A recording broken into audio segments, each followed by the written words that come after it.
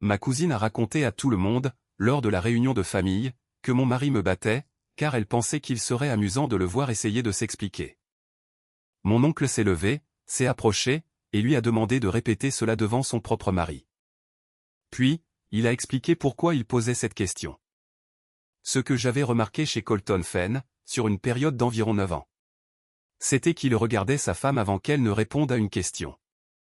Pas après. Avant. Quelqu'un demandait à Birdie quelque chose de tout à fait ordinaire. Comment s'est passé le trajet? Vous faites quelque chose pour Noël? Tu as eu ce travail? Et les yeux de Colton se tournaient vers son visage, une demi-seconde avant qu'elle n'ouvre la bouche. Ensuite, elle répondait, et lui. Il détournait le regard. J'ai capté cela au bout de 4 ans, environ, et je n'en ai absolument rien fait.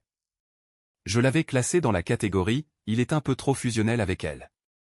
Ce qui n'est même pas un reproche, et qui, dans certaines familles, passe pour un compliment. C'est toute l'histoire, vraiment.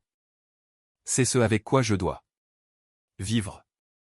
J'avais cette information depuis 5 ans. Je l'avais simplement classée sous la mauvaise rubrique. La réunion de famille des Ostergaard a lieu chaque année en août, chez mon oncle Al, et cela se passe ainsi, tous les mois d'août. Depuis 1989. À l'exception de 2 années, où personne n'a rien organisé. Al possède 11 acres de terrain à l'extérieur de Kirkby Malzar, pour la plupart inutiles. Ainsi qu'une grange, et une étendue d'herbe plate, où un chapiteau est dressé le vendredi, pour être démonté le dimanche. Une quarantaine de personnes, des tables sur tréteau, l'enceinte de quelqu'un, et un cochon de lait rôti, que ma tante Rosalie menace d'annuler chaque année, depuis 2014. Je m'appelle Sawars, j'ai 35 ans. Je suis technicienne en levée hydrographique, ce qui signifie que je passe la majeure partie de l'année sur des bateaux, à cartographier le fond de l'eau, les estuaires, les ports, ou les tracés de câbles de parcs éoliens. Ce n'est pas glamour. C'est beaucoup de temps. Passer debout, dehors, face aux éléments, les yeux fixés sur un écran. Je suis absente environ de 5 mois par an, par intermittence. Mon mari, est menuisier, il travaille à partir de sa camionnette, et nous sommes ensemble. Depuis 11 ans, marié depuis 6 ans. Est quelqu'un de calme, de sincère. C'est le genre de personne, dans une fête, qui finit toujours dans la cuisine avec la seule autre personne qui n'aime pas les fêtes, et ils passent tous les deux un excellent moment. Il ne hausse jamais la voix. Je ne l'ai vu vraiment en colère que 4 fois peut-être, en 11 ans, et à chaque fois, cela se traduisait simplement par un silence encore plus profond. Birdie est ma cousine, la fille de Al. Elle a 33 ans, soit 2 ans de moins que moi. Nous avons grandi fourrés dans la maison de l'une et de l'autre, car nos mères étaient sœurs, et aucune d'elles ne savait conduire, si bien qu'on nous confiait l'une à l'autre en permanence. Birdie était drôle. Et ce n'est pas de la générosité rétrospective de ma part. Birdie était, dès l'âge de 9 ans environ, la personne la plus drôle de n'importe quelle pièce où elle se trouvait. Vive, piquante, absolument impitoyable, elle possédait un instinct infaillible pour dénicher le détail précis, chez vous, que vous espériez voir passer inaperçu. Elle s'en prenait à tout le monde. Elle imitait la conduite de Rosalie, le catholicisme de ma mère, la coiffure de mon frère, et l'incapacité de son propre père à utiliser un téléphone. Elle faisait cela depuis 25 ans, et c'était, sincèrement, une grande partie de ce que les gens aimaient chez elle. Sa mère, ma tante Marianne, la femme de Al, est morte en 2008, quand Birdie avait 15 ans et moi 17. Un cancer foudroyant, 11 mois, très rapide à la fin. Et ce que Birdie a fait, à 15 ans, lors de la veillée funèbre dans cette grange, c'est de faire de l'humour. Je la vois encore, elle est montée sur une botte de foin, avec une assiette de sandwich, et elle a tenu 4 minutes sur la conduite de sa mère, qui était notoirement épouvantable. 40 personnes en deuil ont ri aux larmes, ce qui était la seule chose que l'on pouvait faire ce jour-là, et personne n'y serait parvenu tout seul. C'est à ce moment-là que c'est devenu son rôle.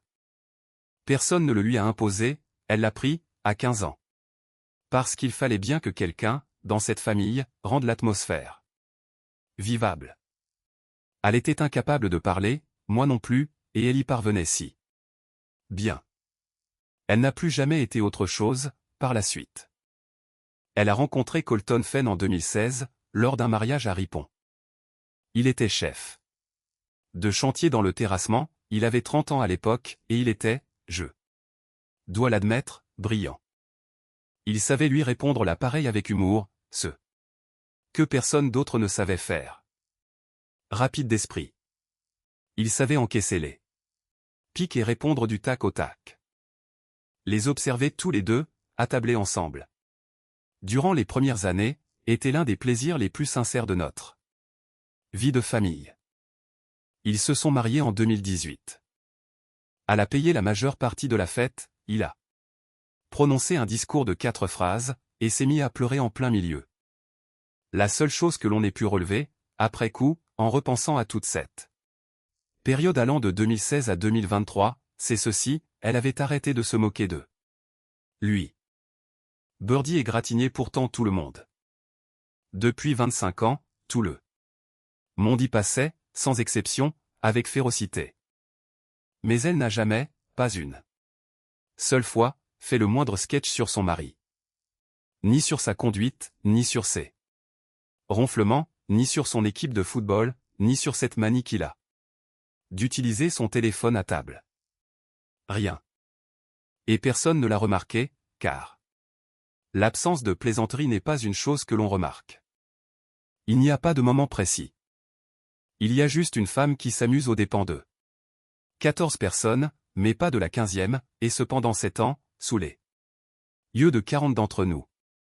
Alors, quand cela a commencé à tourner autour d'eux, Dé et moi, je ne l'ai pas vu venir. C'est apparu, tout doucement, au milieu du brouhaha général. La première fois dont je me souvienne précisément, c'était lors d'un barbecue chez elle, durant l'été 2024. Dé était resté silencieux, de son silence habituel.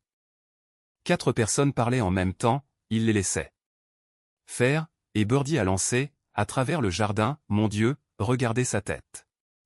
Sawars, est-ce qu'il t'a enfermé dans le coffre, toi aussi? Tout le monde a ri. J'ai ri. Dé a eu un petit mouvement de sourcil. Puis est venu Noël, ça va, Sawars? Cligne des yeux 2 fois si honteux. Séquestre. Ensuite, c'était pour les 40 ans de quelqu'un, au printemps. Ne lui demande pas devant lui. Et puis, c'est revenu plus d'une fois. Quelqu'un devrait s'assurer que Sawars va bien. 11 fois, environ, sur une période de 2 ans, d'après ce que j'ai pu reconstruire. Et voici ce que je dois constamment expliquer aux gens qui n'étaient pas là, ce n'était jamais méchant. Ce n'était jamais dit d'une manière qui mette mal à l'aise. C'était prononcé sur le même ton que tout ce qu'elle disait sur nous depuis 25 ans, et c'est pour cela que c'est passé inaperçu auprès de 40 personnes. Sans laisser de traces. J'y ai pensé, pourtant. Je tiens à préciser que je n'étais pas aveugle. Par 2 fois, je me suis dit, c'est une drôle d'idée d'y revenir sans arrêt. Une fois, en rentrant en voiture, j'ai dit à Dé, elle fait une fixette sur toi en ce moment. Il m'a répondu, elle est sympa, va, puis il a allumé la radio. Et je me répétais la même chose à chaque fois, elle se moque de tout le monde, c'est mon tour, et si j'en fais toute une histoire, je serai la cousine qui ne sait pas rire. C'était ma façon de rationaliser les choses. Cela a tenu 2 ans. Ces 2 ans m'ont coûté cher. Le samedi de la réunion de famille, il faisait très chaud, et tout le monde était dehors. Il était environ 16h30. Ce creux de l'après-midi, où l'on a fini de manger, où les enfants sont devenus sauvages dans le champ, et où les adultes, attablés, se trouvent dans cet état de torpeur chaude, propre au troisième verre. Rosalie s'affairait autour d'une bouilloire à thé. Ma mère montrait des photos à quelqu'un, en tenant son téléphone à bout de bras. Des sœurs tenaient au bout de notre table, et discutaient d'une barrière avec le voisin de Al.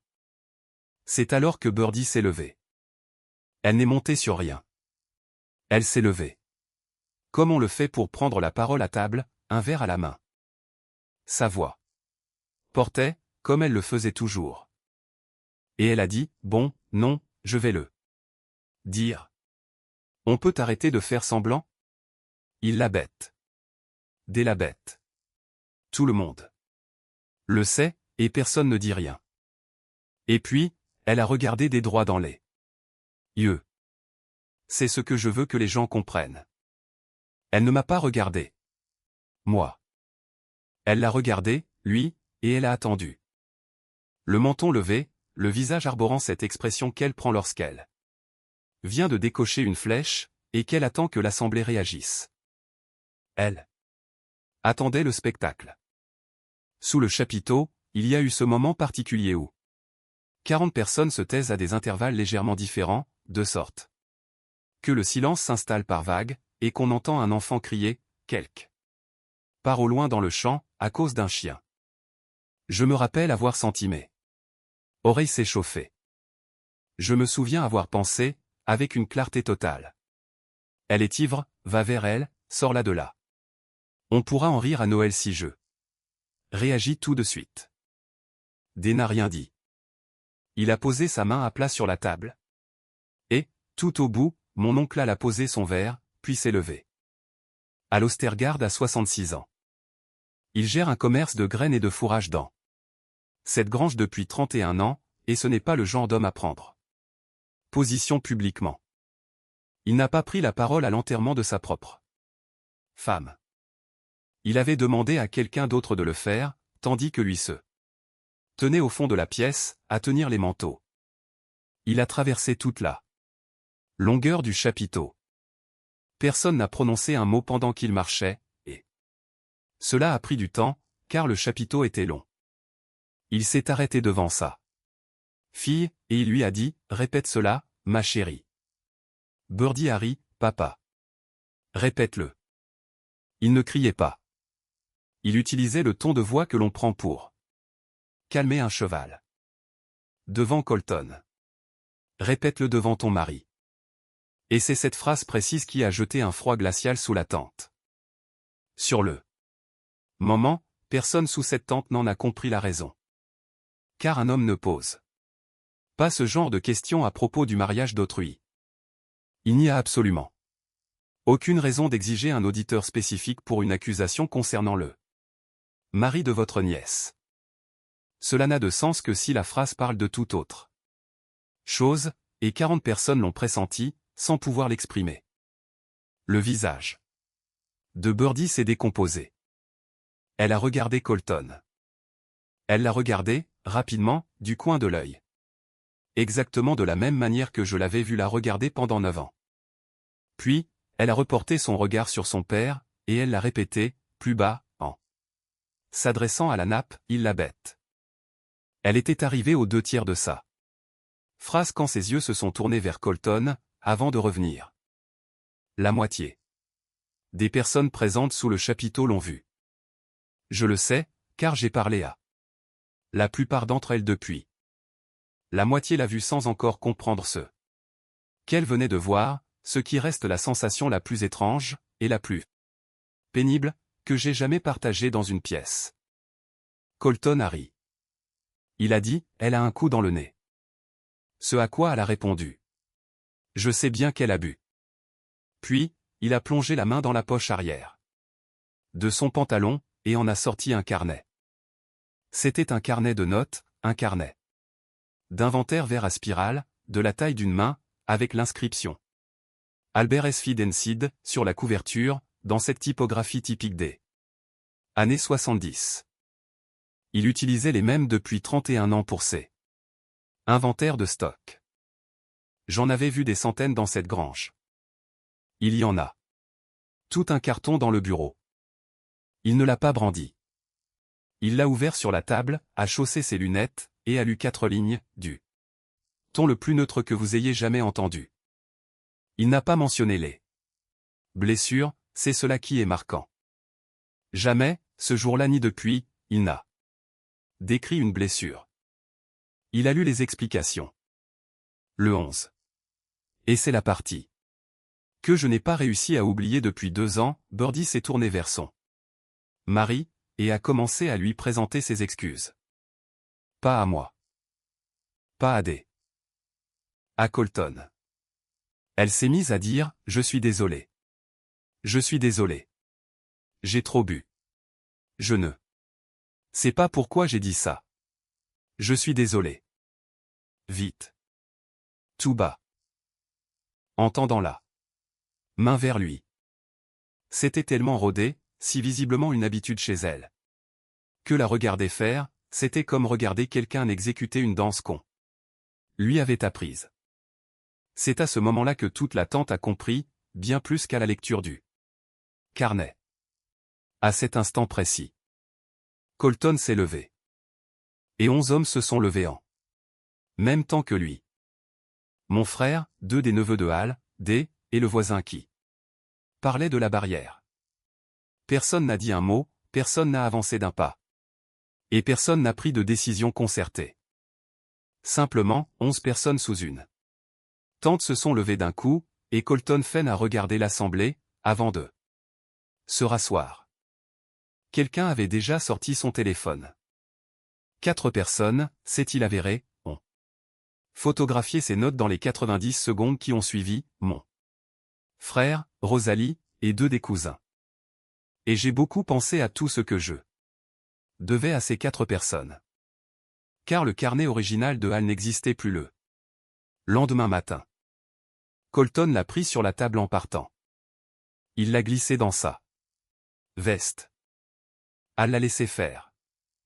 J'ai demandé à Hal, des mois plus tard, pourquoi il l'avait laissé faire. Il m'a répondu, parce que je préférais qu'il garde le carnet plutôt qu'elle. Sincèrement, les 90 minutes qui ont suivi ont été les 90 minutes les plus pénibles que j'ai jamais passées avec ma propre famille. Personne n'est parti. C'est ce que je n'avais pas prévu. Il y avait 40 personnes, un cochon de lait, 3 tentes plantées dans le champ, et beaucoup de voitures appartenant à des gens qui buvaient depuis 14 heures. Et ainsi, au lieu de s'arrêter, la fête a continué, mais avec un vide immense en son centre. Quelqu'un a remis de la musique, et quelqu'un d'autre l'a éteinte à nouveau. Rosalie est allée se poster près de la bouilloire. Hâtée, et a pleuré dans un torchon. 3 femmes l'entouraient. Et je n'arrivais pas à savoir, je n'y arrive toujours pas aujourd'hui, si elle pleurait pour Birdie ou à cause de Hal. Ma mère est venue me trouver et m'a dit, ça va, ma chérie? Et puis, avant que je ne puisse répondre, cette pauvre fille. J'ai demandé, laquelle? Elle m'a regardé comme si je l'avais insultée. D est allé s'asseoir dans notre voiture. Il n'est pas parti furieux. Il m'a d'abord demandé, calmement, si cela ne m'ennuyait pas. Puis, il est allé s'installer sur le siège passager de notre voiture, au milieu du champ, la portière ouverte et les pieds dans l'herbe, pendant environ 1 heure. On venait de dire à 40 personnes qu'il battait sa femme, et il n'y avait aucun endroit, sous ce chapiteau, où il pût se tenir sans que quelqu'un le dévisage. Je veux dire quelque chose à ce sujet, parce que c'est ce qui me met le plus en colère, et pourtant, c'est la plus petite partie de l'histoire. Personne ne s'est excusé auprès de lui. Ni ce soir-là, ni cette année-là. Pas une seule personne, sur les 40 présentes, n'est allée voir mon mari pour lui dire. Désolé, mon vieux, c'était vraiment immonde de dire une chose pareille sur toi. Devant tout le monde. Parce qu'en l'espace de 10 minutes, la situation avait cessé de tourner autour de lui. Tout le monde était tellement soulagé que cela ne le concerne plus, qu'ils ont oublié que tout avait commencé par là. Il ne s'en est jamais plaint, pas une seule fois. Quand j'ai abordé le sujet, environ. 1 an plus tard, il m'a dit, mais ça n'a jamais vraiment parlé de moi. N'est-ce pas? J'ai répondu que non, et il a dit, alors, voilà. Colton et Birdie sont partis vers 19 h. Je les ai regardés s'en aller. Depuis le portail. Il portait son sac. Il lui a ouvert la portière. Il a fait un signe de la main à mon oncle Al, par-dessus le toit de la voiture. Un vrai signe. Enjoué. De toute la main. Et Al est resté debout devant son propre portail, les mains dans les poches, sans bouger. Et elle est montée. J'ai pensé à cela plus qu'au carnet de notes. Plus qu'aux hommes qui s'étaient levés. Plus que tout le reste. 40 personnes venaient d'assister à la scène. Son père venait de lire 5 inscriptions, et elle a bouclé sa ceinture, et elle est rentrée chez elle avec lui, parce que c'est ainsi que les choses se passent. Et parce que rien de ce qui se dit sous un chapiteau ne change ce qu'une personne va faire à 10 h du soir. Birdie est rentrée chez elle avec lui ce soir-là. Je dois le préciser, car tous ceux qui entendent cette histoire s'imaginent que la scène de la tente a marqué la fin de tout. Mais la tente n'était rien. La tente, cela a duré 5 minutes. Elle est montée en voiture avec lui vers 19 h, ils sont rentrés chez eux, elle n'a pas fait de déposition, elle n'est pas partie, et pendant 9 semaines, il ne s'est absolument rien passé. C'est ce que personne ne vous dit. Il n'existe aucune version de l'histoire où la vérité éclate sous un chapiteau. En août, et où la femme se retrouve en sécurité dès le mois de septembre. La famille s'est divisée, plus ou moins en deux, en l'espace de 2 semaines, et cette fracture s'est faite selon une ligne que je n'attendais pas. Ce n'était pas les gens qui croyaient Al contre ceux qui ne le croyaient pas. Personne ne mettait la parole de Al en doute.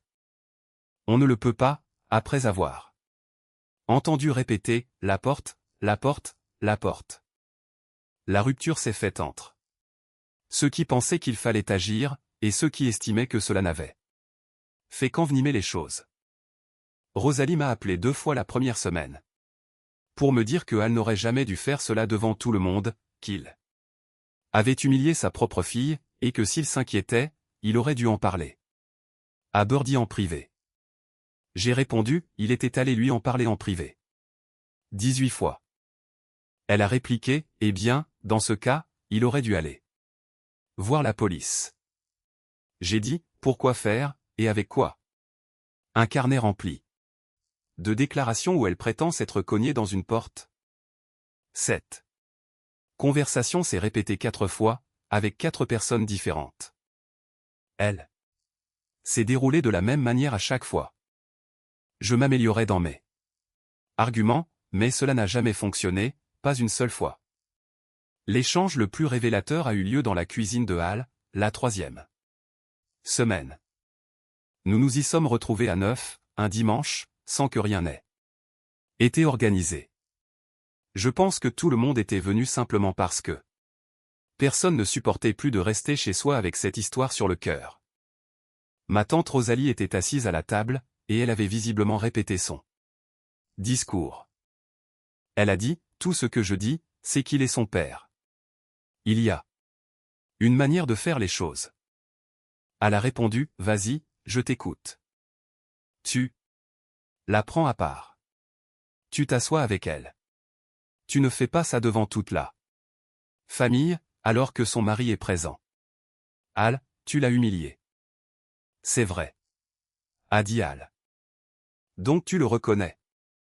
Je l'ai prise à part en mars, a-t-il dit. Dans la voiture, en rentrant de Harrogate à 2 h du matin. J'ai dit, Birdie. Qui te fait ça? Et elle m'a parlé d'un chien.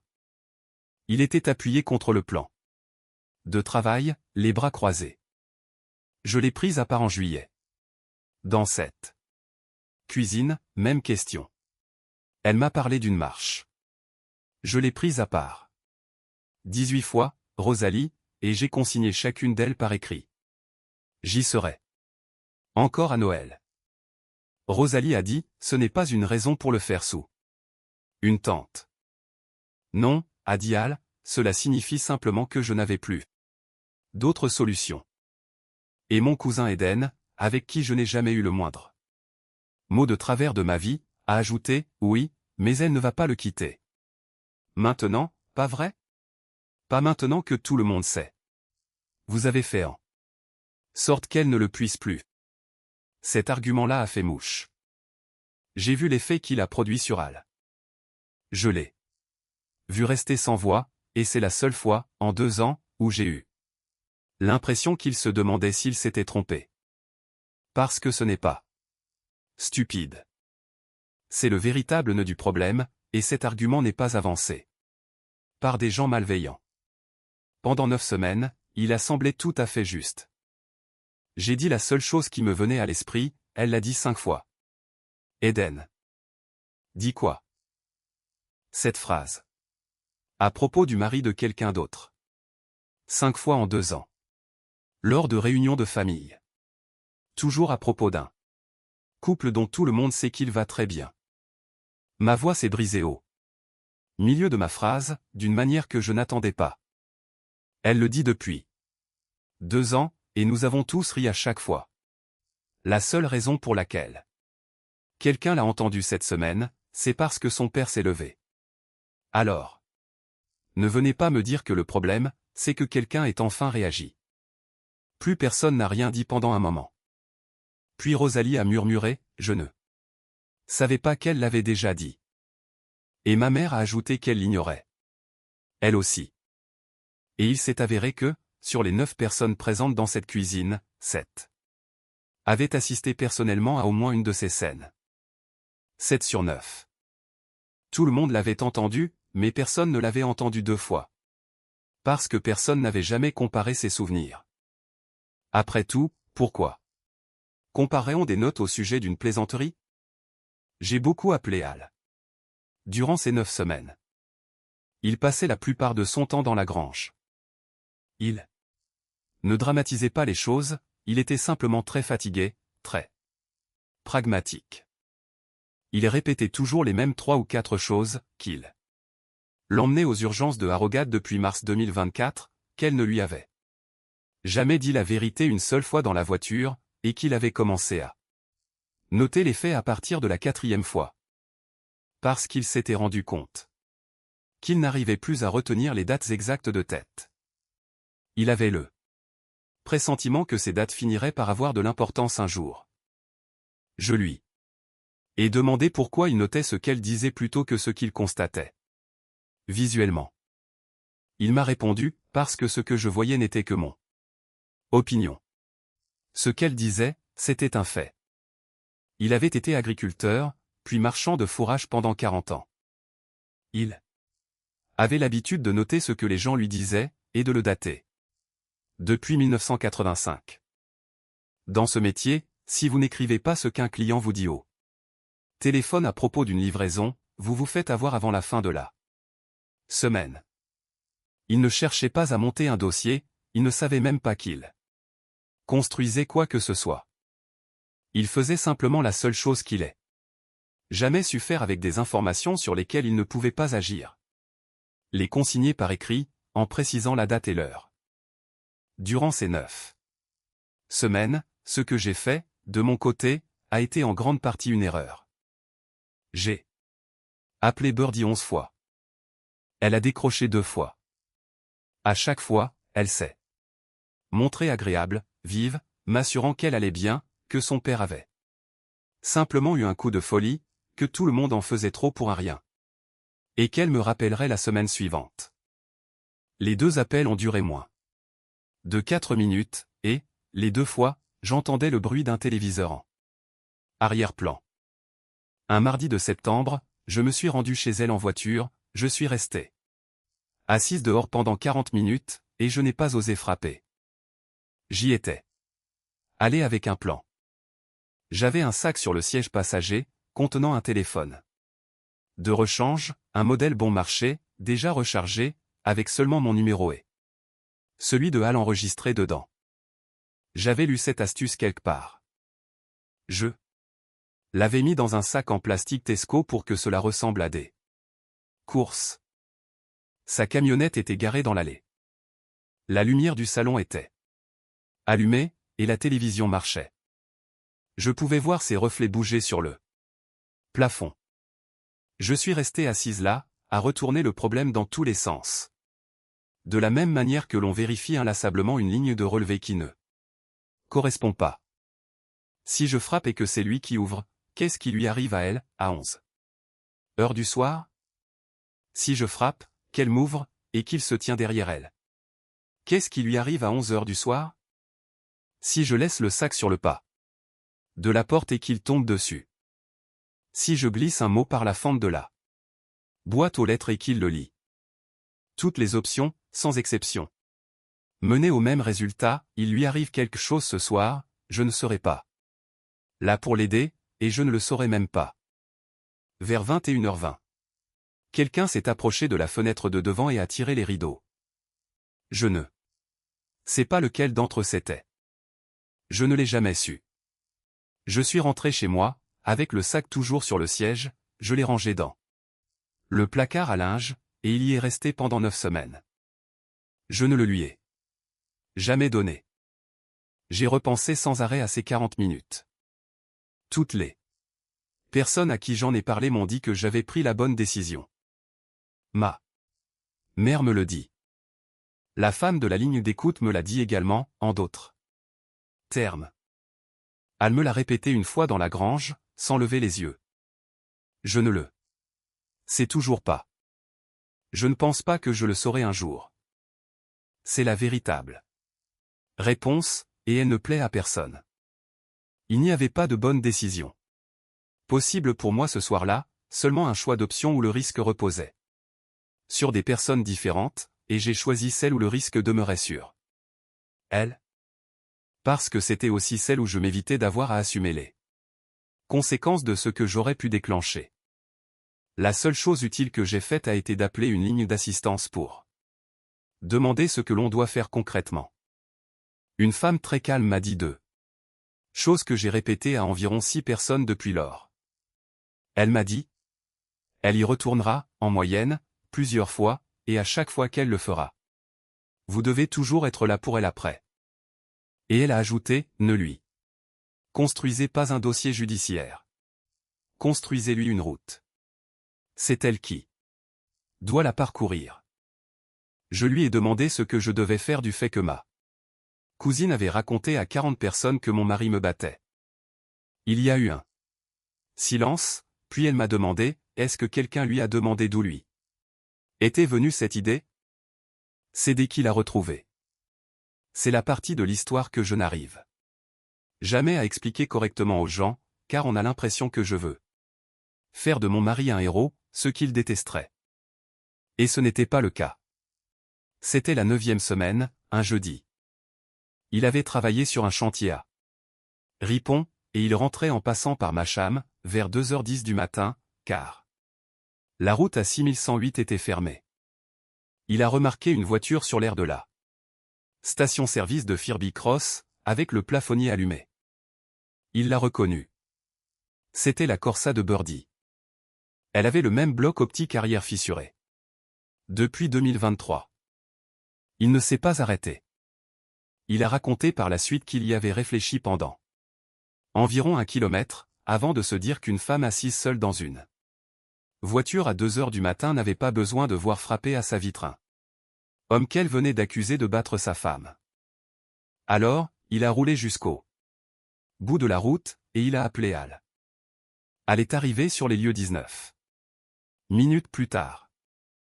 Aidé, qui n'avait absolument rien dit sous ce chapiteau en août, alors qu'on venait d'affirmer en face à 40 personnes qu'il me battait, sans chercher une seule fois à se défendre, des m'a appelé depuis le refuge de la route, à 2h20. Et m'a dit, j'ai appelé ton oncle. Je vais rester garé ici jusqu'à ce que je vois passer ses phares, et ensuite je rentre. Il n'a jamais raconté à personne d'autre ce qu'il avait fait. Rosalie l'a appris 2 ans plus tard par Al, et elle m'a appelé en pleurant. Ce qu'elle lui a dit dans la voiture. Al ne m'a jamais donné les détails, et je ne les lui ai jamais demandé. Tout ce qu'il m'a dit, c'est qu'elle était montée, qu'elle avait bouclé sa ceinture, et qu'avant même qu'il ne démarre. Elle avait dit, sans aucun préambule, note, 2h15. Et il lui avait répondu, j'ai déjà le carnet. Il en avait acheté un nouveau le lundi suivant, dans la même boutique, le même carnet vert d'inventaire, et il le portait dans sa poche arrière depuis 8 semaines, encore totalement vierge. Elle n'a toujours pas fait de déposition, pas cette semaine-là en tout cas. Le dossier d'accusation, qui a fini par être constitué, s'est fait presque entièrement sans elle, ce qui, m'a-t-on dit, est beaucoup plus fréquent qu'on ne le pense. Il n'y avait pas de déposition de sa part, mais il y avait les dossiers d'admission aux urgences de 3 hôpitaux différents, car elle changeait d'établissement à chaque fois, à Rogat, Northallerton, et une fois, à 4h du matin, York. Il y avait 2 voisins à qui personne n'avait jamais rien demandé, et qui attendaient depuis longtemps de pouvoir parler.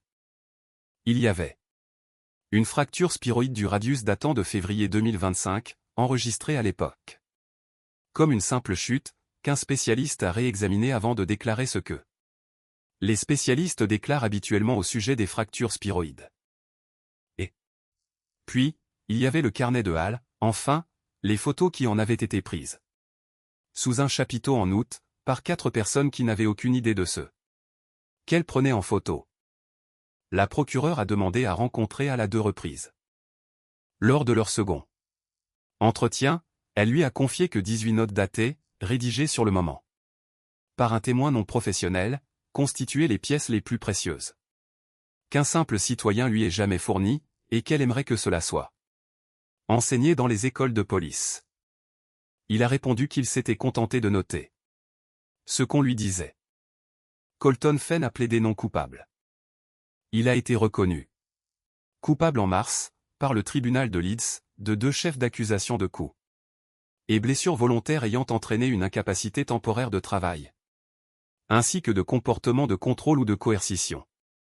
40 mois de prison. Une ordonnance d'éloignement sans date de fin. Le carnet vert, ainsi que les photos de ces pages, ont été versées au dossier sous la référence, pièce A. Conviction numéro 3. La procureure a lu 5 notes devant le jury, terminant par les 3 qui se suivaient. On m'a rapporté que, lorsqu'elle a lu la 3e mention du mot « porte », l'un des jurés a porté sa main à sa bouche. Birdie vit désormais dans la chambre d'amis, chez son père. Elle suit une thérapie depuis 3 ans. Elle travaille 2 jours par semaine dans une jardinerie à Masham. Et elle n'est plus drôle du tout, absolument plus. C'est une chose à laquelle je ne m'attendais pas, dont personne ne m'avait prévenu, et qui reste, à mon sens, l'aspect le plus profondément triste de toute cette histoire. Elle ne s'est jamais excusée auprès de moi. Pas une seule fois. Aucun mot d'excuse, sous aucune forme. Ce qu'elle a fait, environ 1 an après le procès, c'est de venir chez moi en voiture un dimanche, pour me remettre le carnet d'inventaire, le nouveau, celui que Hall avait commencé en septembre, et qui ne comptait que 2 lignes, et de me dire, tu devrais garder ça. J'ai répondu. Je n'en veux pas. Elle a répliqué, je sais. Je l'ai rangé dans le tiroir de la cuisine, là où se trouvent les piles usagées et les prospectus de livraison de repas. 4 des parents qui se trouvaient sous le chapiteau ce jour-là continuent de prétendre que toute cette affaire a été exagérée, et 2 d'entre eux me le répètent en face, à chaque Noël. Une dernière chose. Environ 6 mois après le procès, je me trouvais chez Hall. Et j'ai fini par lui poser la question que je gardais en tête depuis mon appel à la ligne d'assistance. Je lui ai dit, est-ce que tu savais ce qu'elle faisait, quand elle racontait ces choses sur des... Il était en train de réparer une débroussailleuse, et il n'a pas levé les yeux. Je savais qu'elle l'avait déjà fait, a-t-il dit. 4 fois. À peu près. Avec des personnes différentes. Toujours sur un couple solide comme un roc. Toujours sous forme de blague. J'ai demandé, pourquoi les couples les plus sûrs? Et Hall, tout en reprenant sa débroussailleuse, m'a répondu, elle me l'a dit, tu sais. Elle me l'a dit 18 fois. J'ai tout noté dans mon carnet.